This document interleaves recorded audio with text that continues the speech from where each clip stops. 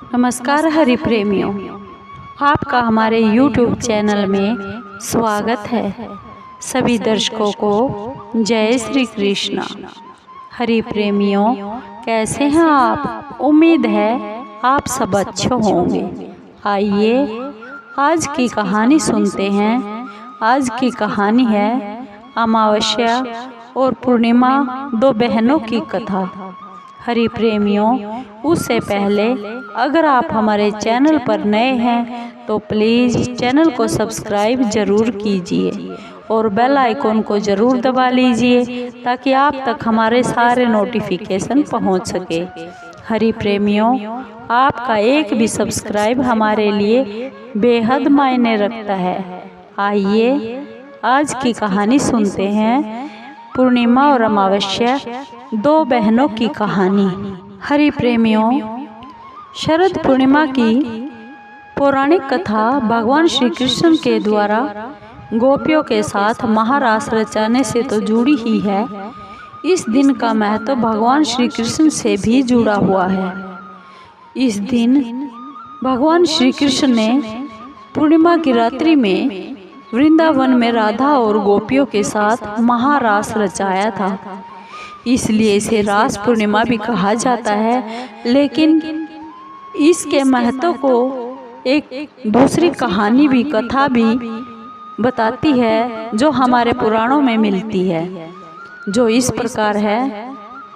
कथा अनुसार बहुत समय पहले एक नगर में एक साहूकार रहता था। उसकी दो पुत्रियां थी। दोनों बेटी पूर्णिमा का व्रत रखती थी, लेकिन छोटी पुत्री हमेशा उस व्रत को अधूरा ही रखती और दूसरी हमेशा पूरी लगन और श्रद्धा और भक्ति के साथ पूरे व्रत का पालन करती थी। कुछ समय के बाद दोनों का विवाह हो गया। विवाह के बाद बड़ी बेटी, जो कि पूरी आस्था और श्रद्धा विश्वास से व्रत रखती थी, उसने बहुत ही सुंदर और स्वस्थ संतान को जन्म दिया, जबकि छोटी बेटी के संतान की बात या तो सिरे ही नहीं चढ़ती थी या फिर जो संतान जन्मी तो वह जीवित ही नहीं रहती थी। वह बहुत ही परेशान रहने लगी। उसके साथ साथ उसके पति भी बहुत दुखी रहते थे। उन्होंने ब्राह्मणों को बुलाकर उसकी कुंडली दिखाई और जानना चाहा कि आखिर उनके साथ ऐसा क्यों हो रहा है। सभी पंडित बुलाए गए। विद्वान पंडितों ने बताया कि इसने पूर्णिमा के अधूरे व्रत किए हैं, कभी पूर्ण किया ही नहीं, इसलिए उसके साथ ऐसा हो रहा है।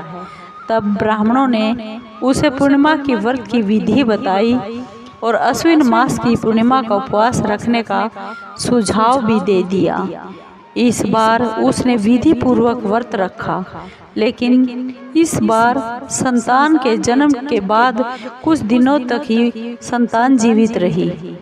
उसने अपने मरे हुए बच्चे को पीढ़े पर लिटा दिया और उस पर कपड़ा ढक दिया और अपनी बहन को बुला कर ले आई और बहन को लाकर बैठने के लिए उसने वही पीढ़ा अपनी बहन को दे दिया।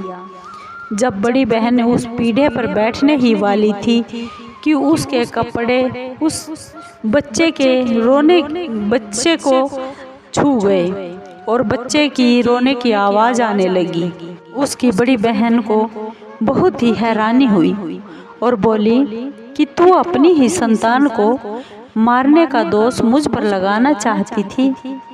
अगर इसे कुछ हो जाता तो? तब छोटी बहन ने कहा, यह तो पहले ही से मरा हुआ था, आपके प्रताप से ही यह बच्चा जीवित हुआ है, बस फिर क्या था। पूर्णिमा व्रत की शक्ति का महत्व पूरे नगर में फैल गया और नगर में पूर्णिमा का व्रत विधि विधान से करने का ढिंढोरा पिटवा दिया गया और छोटी बेटी ने भी पूर्णिमा का विधि विधान से व्रत रखा और पूरी आस्था और भक्ति से पूरे व्रत का नियम पालन किया। हरि प्रेमियों, आपको आपको ये वीडियो कैसी लगी। अगर आपको ये वीडियो अच्छी लगी हो तो प्लीज़ लाइक कीजिए, शेयर कीजिए, सब्सक्राइब कीजिए और कमेंट ज़रूर कीजिए। धन्यवाद दोस्तों।